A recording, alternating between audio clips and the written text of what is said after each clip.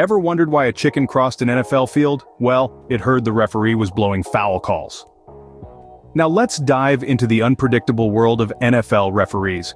Over the years, there have been numerous instances where a single call from a referee has left fans, players, and even coaches scratching their heads. Some of these calls have been so controversial, they've sparked debates that have lasted for weeks, but you know what? That's the beauty of the game. The human element in refereeing adds a layer of unpredictability that makes each match not just a test of physical prowess but also a game of mental agility. It's a tug of war between strategy and spontaneity, with the referees holding the rope's center. These are the moments that make the game more than just a sport. They make it a spectacle, a drama unfolding in real time, where every decision can turn the tide. So remember, in the NFL, every whistle counts, even if it's for a chicken crossing the field.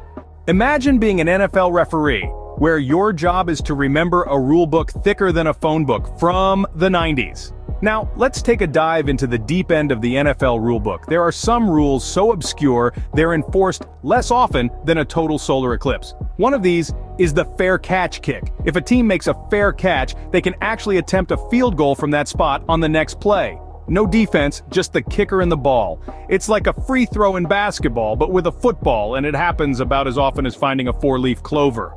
Then there's the one-point safety. You thought safeties were worth 2 points? Well, think again. If a team attempts an extra point or a two-point conversion and somehow ends up tackled in their own end zone, the opposing team gets, drumroll, 1 point. It's like a unicorn of NFL scoring, and who can forget the illegal forward pass rule? If a quarterback's whole body and the ball are beyond the line of scrimmage when he throws a pass, it's considered illegal.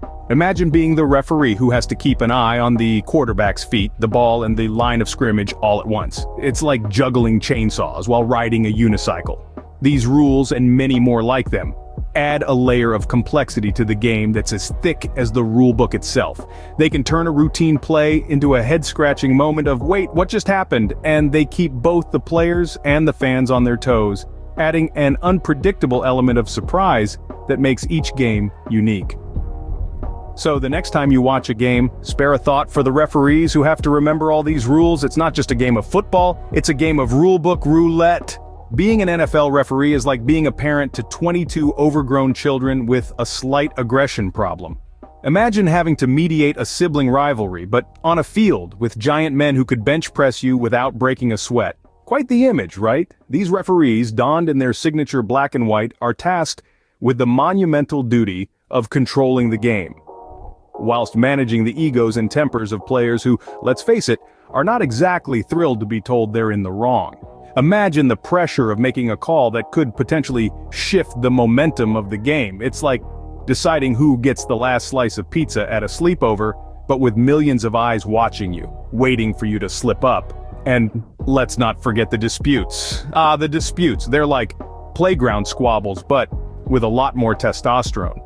Referees have to navigate through these moments with the grace of a ballet dancer and the authority of a drill sergeant. So, the next time you see a ref in the middle of a scuffle, just remember, they're just trying to keep the peace in their very large, very aggressive family. So what have we learned today?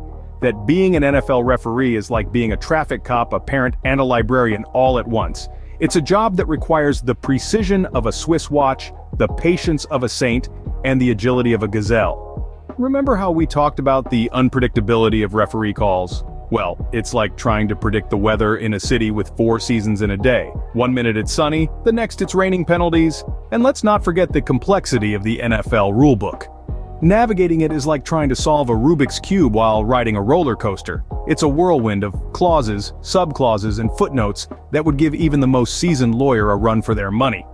Don't even get me started on the pressures faced by referees on the field. It's like being in the middle of a rock concert, only the fans are throwing flags instead of roses. But through it all, these referees maintain their cool, their focus, and their love for the game. They're the unsung heroes, the conductors of the symphony that is an NFL game. So, the next time you watch an NFL game, remember to give a little cheer for the guys in stripes. After all, without them, it would just be a bunch of guys running around with a ball.